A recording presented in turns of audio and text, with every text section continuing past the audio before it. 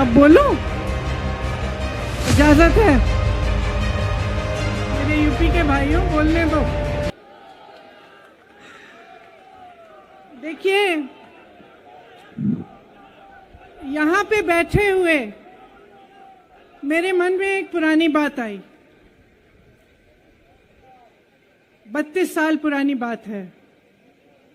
मई 1991 की बात है। मेरे पिता की शव यात्रा तीन मूर्ति भवन से निकल रही थी। अपनी मां के साथ और अपने भाई के साथ हम एक गाड़ी में बैठे थे। सामने भारतीय सेना की एक ट्रक थी, फूलों से लदी हुई थी। उसके ऊपर मेरे पिताजी का शव था। थोड़ी देर काफिला चला, 5-10 मिनट चला। फिर राहुल कहने लगे मैं उतरना चाहता हूं। तो मां ने मना किया। उस समय सुरक्षा का भी बहुत वो था, तो मां ने कहा नहीं, तुम उतर नहीं सकते। राहुल ने जिद की, नहीं मैं उतरूंगा। मैंने मां से कहा मां उतरने दो। राहुल गाड़ी से उतरा। उस सेना की ट्रक के पीछे खड़ा होके चलने लगा और तीन मूर्ति से लेके कड़ी धूप में अपने पिता के जनाजे के पीछे पीछे पैदल चलते चलते चलते चलते यहां पहुंचा। इस जगह से कुछ 400-500 गज दूर यहां पर मेरे शहीद पिता के अंतिम संस्कार मेरे भाई ने किए।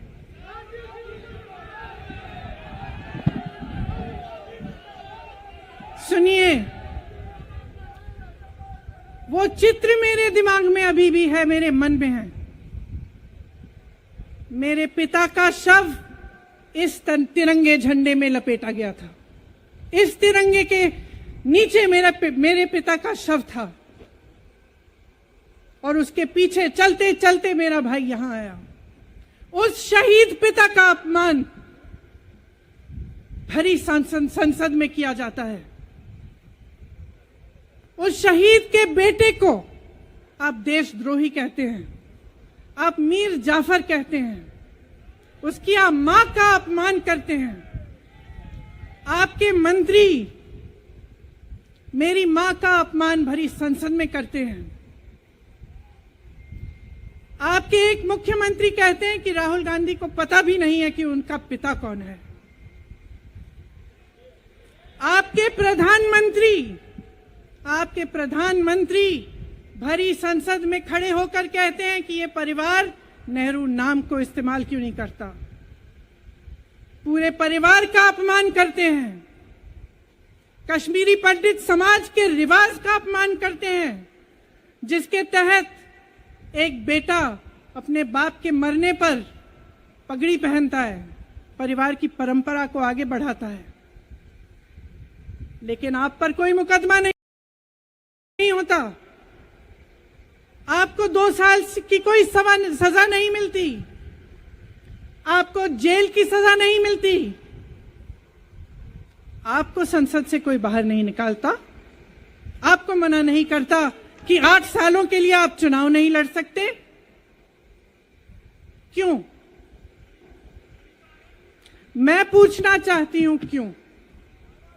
आज तक हम चुप रहे हैं, हमारे परिवार का अपमान करते गए। मेरे भाई ने क्या कहा?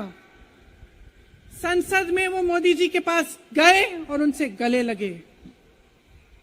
मेरे भाई ने कहा मैं आपसे नफरत नहीं करता हूं, मेरे दिल में आपके लिए कोई नफरत नहीं है, हमारी विचारधारा अलग है, लेकिन हमारी नफरत की विचारधारा नहीं है।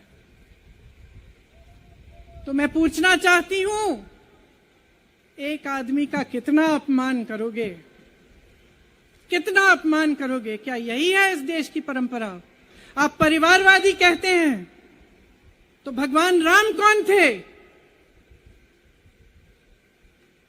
भगवान राम को वनवास में भेजा गया, उन्होंने अपने परिवार, अपनी धरती के प्रति अपना धर्म निभाया। क्या भगवान राम परिवारवादी थे? क्या पांडव परिवारवादी थे कि वो अपने परिवार की संस्कारों के लिए लड़े? और हमें क्या शर्म आनी चाहिए कि हमारे परिवार के सदस्य शहीद हुए इस देश के लिए, कि इस झंडे में उनका खून है, इस धरती में उनका खून है, इस देश के लोकतंत्र को मेरे परिवार के खून ने सींचा है। और जो सोचता है कि हमें अपमानित करके हमें डराएंगे, हमें धमकाएंगे, जो सोचता है कि तमाम एजेंसियों को लगाकर हम पे छापे मारकर हमसे कुछ भी कर ले, हमको हमें डराएंगे, वो गलत सोचते हैं। हम डरने वाले नहीं हैं। हम और मजबूती से लड़ेंगे।